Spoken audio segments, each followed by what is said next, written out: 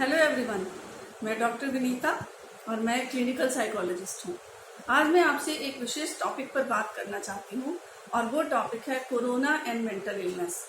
Corona के बारे में तो आप सब जानते हैं कि कोरोना क्या है, इससे कैसे बचा जा सकता है, क्या क्या सावधानियां रखनी चाहिए और हम भरसक अपनी कोशिश कर रहे हैं कि ये सारी सावधानियां रखते हुए हम अपने आप को कोरोना से प्रोटेक्ट कर लें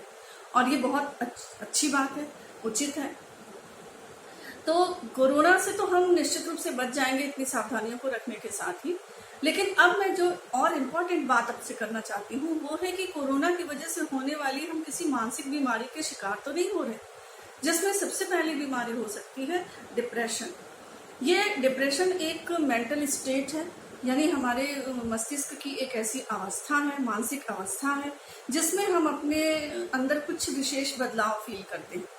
वो बदलाव है जैसे कि हमें भूख बहुत ज़्यादा लगना या भूख बहुत कम लगना, नींद बहुत ज़्यादा आना या नींद बहुत कम आना, या किसी चीज़ में मन ना लगना, बहुत लो फील करना, किसी काम में मन ना लगना, कोई रुचि ना होना।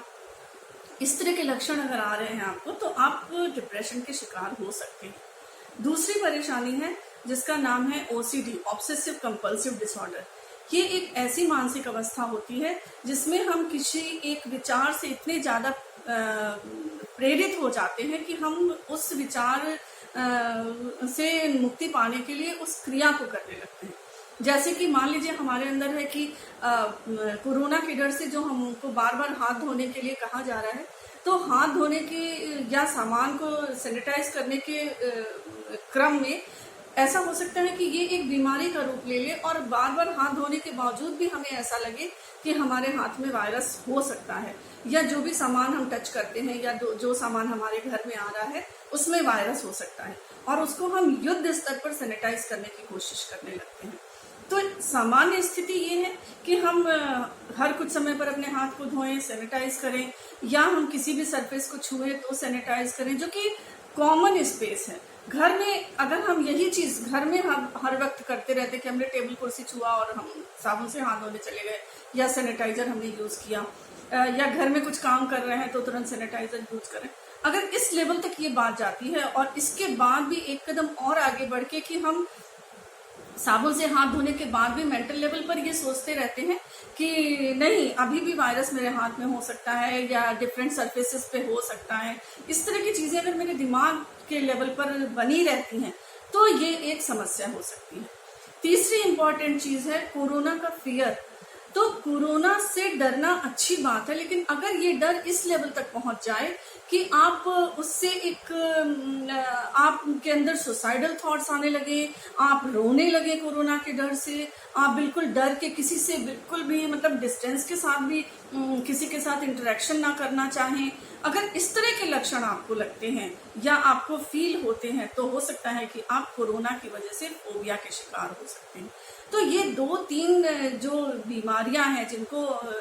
साइकोलॉजिकल प्रॉब्लम्स कहते हैं, अगर आप इस तरह की बीमारियों से अपने आप को ग्रसित पा रहे हैं या आपको लगता है कि आप कहीं ना कहीं इसके साथ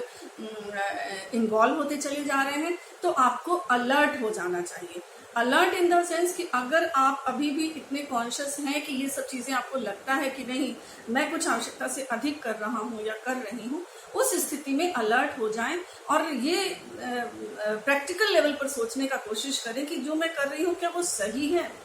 तो अगर आप थोड़ा सा कॉन्शियसली इस चीज को रूल आउट करने की कोशिश करेंगे, समझने की कोशिश करेंगे, तो निश्चित रूप से अपने आप को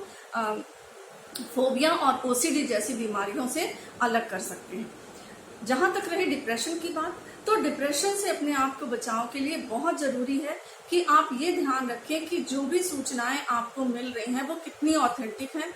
या जो नेगेटिव सूचनाएं हैं उनको कम से कम जानने की कोशिश करें, पॉजिटिव सूचनाओं को जानने की ज्यादा कोशिश करें, उन पर ज्यादा रिलाई करें, और नेगेटिव जो चीजें आपको सुनाई दे रही हैं, पता चल रही हैं, उसकी ऑथेंटिसिटी जांचने का बहुत जरूरत है। अगर आप ऑथेंटिसिटी नहीं जांचेंगे और बस किसी भी बात को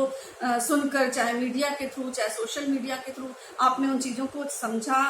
सुना और बस उसको फॉलो करने लगे या आपने उस चीज को एक्सेप्ट कर लिया, तो फिर ये प्रॉब्लम्स निश्चित रूप से बढ़ सकती हैं। तो सबसे पहले कि सोशल मीडिया को या जो भी न्यूज चैनल्स हैं उनके थ्रू जो भी आपको सूचना मिल रही है उसकी ऑथेंटिसिटी जरूर चेक करें और पॉजिटिव सूचनाओं पर ज़्यादा फोकस करें बजाय कि नेगेटिव सूचनाओं की, क्योंकि जो कोरोना से जो हमारा रिकवरी रेट है उसमें 90 to 95% वो पेशेंट्स हैं जो कि पॉजिटिव होने के बाद भी या तो एसिम्प्टोमेटिक होकर के ठीक हो गए या कुछ हल्के लक्षणों के बाद वो पूरी तरह से ठीक हो गए हैं। मात्र 5% या मोर देन 5% कुछ ऐसे केसेस हैं जो कि सीवियर लेवल तक जाते हैं या और गंभीर स्थिति तक जाते हैं। मतलब मैक्सिमम 2 to 3% ऐसे केसेस हैं जो कि बहुत गंभीर स्थिति तक जाते हैं। तो उनके साथ क्या स्थितियां हैं, कोमॉर्बिड क्या उनकी प्रॉब्लम्स थी या उनका टोटल लाइफस्टाइल क्या था, उनकी इम्यूनिटी कैसी थी, इन सब चीज़ों को समझना भी जरूरी है। तो बजाय इन सब चीज़ों को जाने समझे अगर हम इतना डर जाते हैं उससे कि कोरोना के जैसे ही हमको ये पता चले कि कोरोना जैसे सिर्फ सिम्टम्स आ रहे हैं और हम उनको कोरोना मान लें और उसके आधार पर हम रोना शुरू कर दें, हम पूरे घर को एकदम परेशान कर दें या हम खुद परेशान हो जाएं या हम सुसाइडल थॉट्स आने लगे हमारे अंदर, या कुछ ऐसे केसेस भी सुनने को आ रहे हैं कि कुछ लोगों ने पॉजिटिव रिपोर्ट आने से पहले ही सुसाइड कर लिया। अगर इस तरह की स्थितियां आने की संभावना बनती है तो निश्चित रूप से ये बहुत अलार्मिंग कंडीशन है, जिसके लिए हमने जो आपको टिप्स दिए हैं उसको जरूर फॉलो कीजिए और अपने आप को डिप्रेशन, ओसीडी और फोबिया से दूर रखिए। अगर आप ऐसा कर पाते हैं तो कोरोना भी आपसे दूर रहेगा और उसके अलावा ये मानसिक परिस्थितियां भी आपसे दूर रहेंगी, क्योंकि कोरोना तो आज है कल शायद ना भी हो, लेकिन अगर आप इस तरह की मानसिक बीमारियों से ग्रस्त हो जाते हैं तो इनसे छुटकारा पाने में आपको बहुत लंबा समय लग सकता है और इसकी कोई वैक्सीन आज भी अवेलेबल नहीं है और भविष्य में भी अवेलेबल होने की कोई संभावना नहीं है। तो हमने जो आपको टिप्स दिए हैं उसको प्रॉपरली फॉलो कीजिए और अपने आप को स्वस्थ रखिए। तो चलिए ये वीडियो यहीं पर ख़त्म करते हैं। Thank you.